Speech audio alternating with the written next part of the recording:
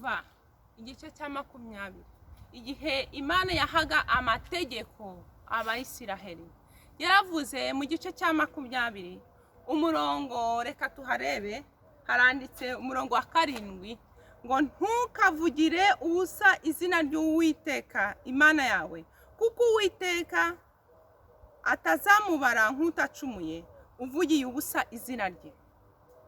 Ntukavugire ubusa izina ry'Uwiteka.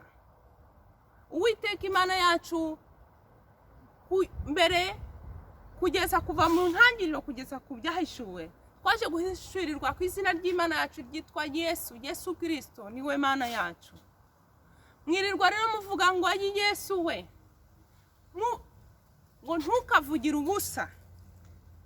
Ntukavugire ubusa izina ry'Uwiteka Imana yawe kuko Uwiteka atazamubara nk'utacumuye uvugira ubusa izina rye.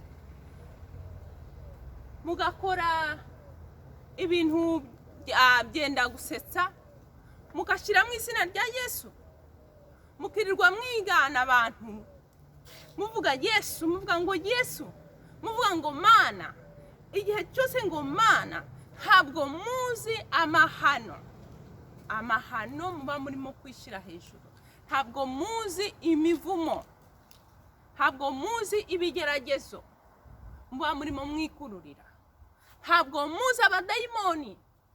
Umunsi umwe nzakora ikiganiro cyitwa amarembo abadayimoni binjiramo. Ayo ni amarembo abadayimoni binjiramo babatera. Mwarangiza ngo ibintu byagendekeye gutya, ngo ibintu byagendekeye gutya, ngo ibintu byagendekeye gutya, ngo merewe nabi. Mwirirwa mukina muvuga izina rya Yesu murikinisha.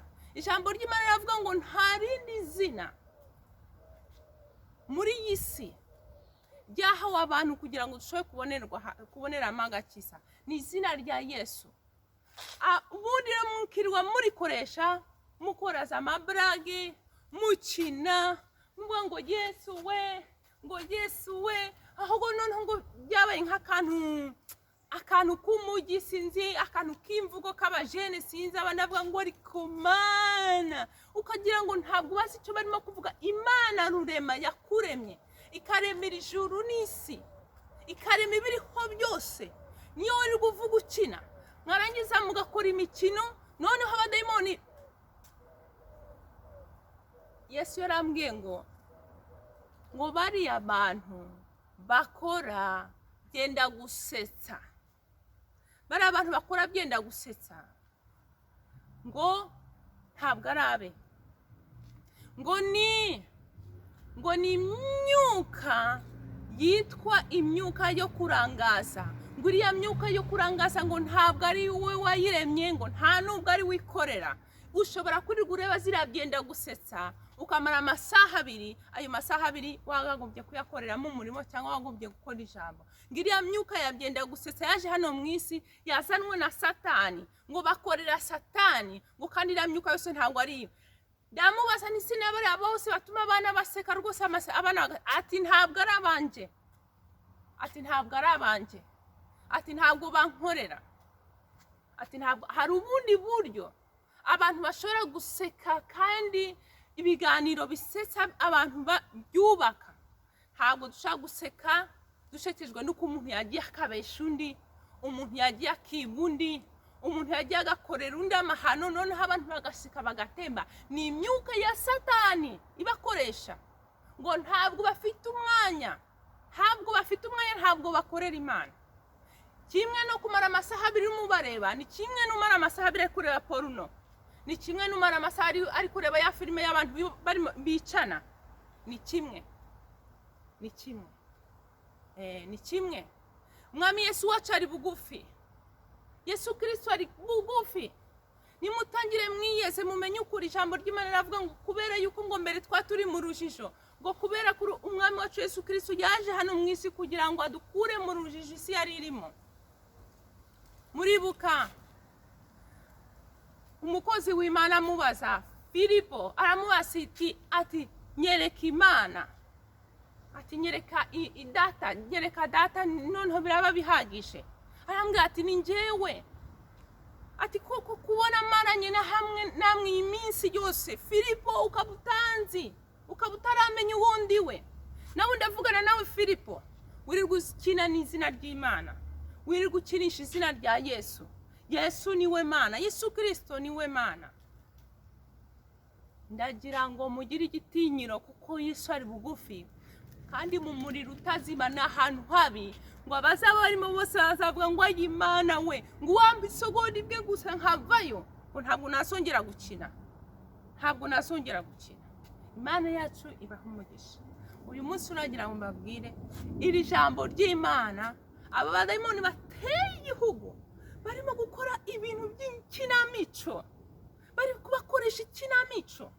Mwibagiwe kuzura umwuka wera, mwibagiwe kuririmbira Yesu Kristo, mwibagiwe ibintu byinshi. Musome igitabo cy'ibyakozwe n'intumwa. Abakristo bakoraga ibintu byinshi, barateranaga, barigishanyaga. Hari ibintu byinshi dushobora gukora abantu bakabireba bakanezerwa ndetse bakanaseka, kandi tubikuye mu ijambo ry'Imana.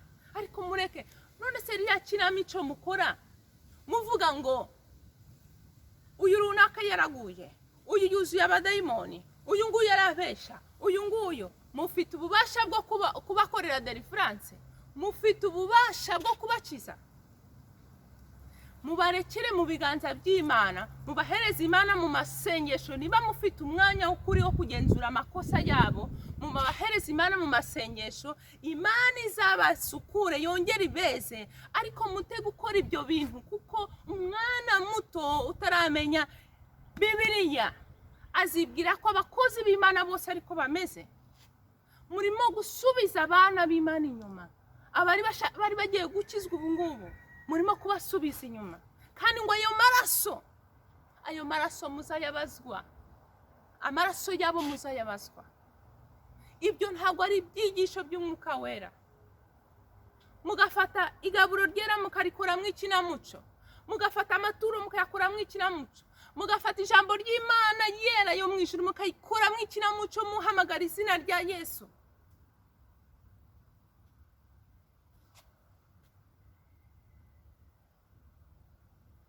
Nge ndikondera rivugira hirengeye, mvuga ngo umwami wacu Yesu araje, ngo kandi nimwihane.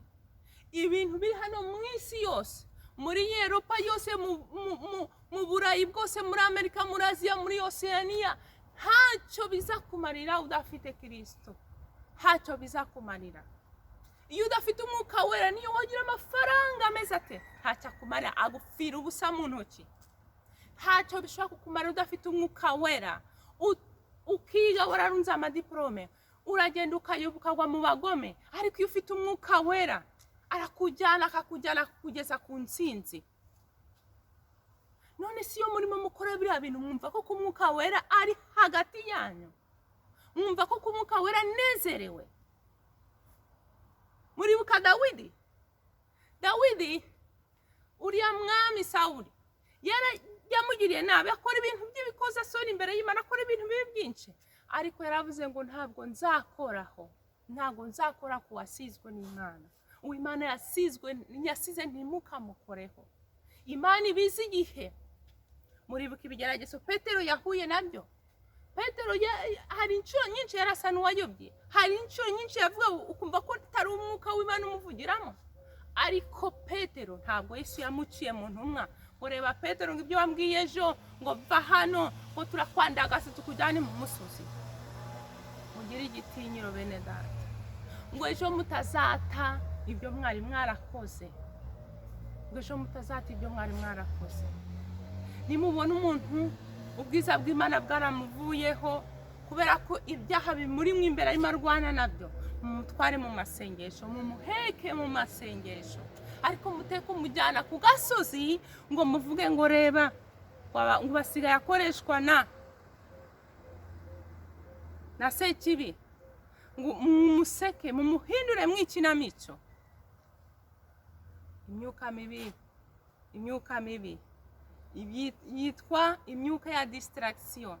Niyo yayindi ikora muri za filime, niyo yayindi ikora mu muziki myinshi ya secular music, niyo ikoramo. Iyo myuka ibikomangoma byayo niyo ikora ayo mafilime yose, ugasanga abantu barebye filime y'amasaha 2 kandi adashobora gusoma Bibiliya y'iminota 10. Ugasanga umuntu arebye imipira yose, turune yose amasaha 5 mu gitondo, mu cyumweru cyose mu gitondo akirirwa mu rugo areba imikino yose, adashobora gufata iminota 20 ngo apfukame asenga Imana. Iyo ni imyuka mibi, imyuka ya distraction, imyuka yo kurangaza. Nibikomangoma bikomeye bifite abakozi babyo batoya bagenda binjiramo bakinjira mu byiciro byose. Ndabingize bene data, kubera urukundo rw'Imana n'umutwaro w'abarimbuka dufite, mwihane mushaka ubundi buryo mwakwigisha, ariko mutarimbuye abataramenya ijambo. Kuko umuntu utaramenya ijambo azavuga ati niba abantu bose bameze kwa nje ntago ndakizwa, kandi wenda yari wa muntu wari kuzakizwa neza akajya no mw'ijoro. Ariko icyo kintu mushyiraho yakibona agahita arimbuka. Njyewe ntabwo mvugira kugira ngo mumpe like, nta nubwo mvugira kugira ngo mumpe viewers, ntabwo mvugira kugira ngo mukore share. Umwuka wera zumva koze ku mutima ngo akore share iyi video azayikore, kandi Imana isampumugisha. Ariko njyewe nta nyungu mbifitemo, ntabwo Mwami Yesu yarangaburiye ntakoze, ndakora Umwami Yesu andindira mu kazi, kandi nawe arakundira arakugaburira. Ninde utarariye Mana y'Umwami Yesu? Ntabwo rero tugomba kubeshwaho n'inyungu mbi za Satani. Turimo tugirira nabi bene data ngo turimo turaronka inyungu. Ntabwo iri jambo rimanukiye kugira ngo abantu munkunde, ntabwo ijambo rimanukiye, ahubwo rimanukiye kugira ngo mukunde Yesu, kuko Yesu yahozeho kandi azahoraho. Ariko ubuzima bwanjye burabaze n'iminsi, ngiye cyo nshaka no kuzataha mubona mu maso, akambwira ngo tambuka mukozi mwiza, ngo muduke naguhaye, ngo ambereye inyangamugayo. Imana yacu ibaha umugisha.